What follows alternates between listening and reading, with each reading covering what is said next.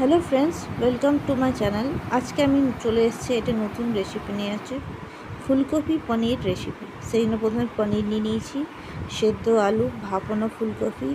এটা মশলা তৈরি করছি, টমেটো, পেঁয়াজ, রসুন, আদা আর একটু টক দই। এটাকে নিয়ে একটু মশলা তৈরি করব। প্রথম তেলটা গরম করে নিচ্ছি, ওর মধ্যে আমি পনিরটাকে ভেজে তুলে রাখলাম। তারপরে সেদ্ধ করা ফুলকপিগুলোকেও ভেজে করে তুলে রাখলাম। তারপরে ওই তেলটার মধ্যে তেজপাতা দিয়ে দিলাম, একটু জিরে ফোড়ন দিয়ে দিলাম।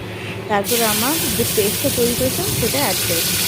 পেস্টটা ভালো রকম করে নাড়াচাড়া হয়ে গেলো, তখন জিরে গুঁড়ো, একটু ধনে গুঁড়ো দিয়ে দিলাম, হলুদ গুঁড়ো, নুন গুঁড়ো দিয়ে আবার একটু ভালো করে ভেজে নিয়ে আর একটু গুড় দিয়ে দেবো। এই গুড়টা অ্যাড করার পর আমার যে সেদ্ধ করা আলুগুলো আছে সেটাকেও অ্যাড করে দিলাম। আর ভাজা যে ফুলকপিটা আছে সেটাকেও অ্যাড করে দিয়ে ভালো করে নেড়ে ছেড়ে দেবো, নিয়ে একটু জল দিয়ে দেবো যাতে ওটা মশলাটা ওদের গায়ে ভালো রকম লেগে যায়। তারপরে সবার লাস্টে যখন তরকারিটা প্রায় আমার রেডি, তখন আমার ভাজা পনিরগুলোকে অ্যাড করে দিলাম, নিয়ে আরেকটু 2-3 মিনিট এটাকে একটু ফুটতে দিলাম। যখন তরকারি প্রায় আমার রেডি, উপর থেকে আমি একটু ভাজা মশলা দিয়ে দিলাম।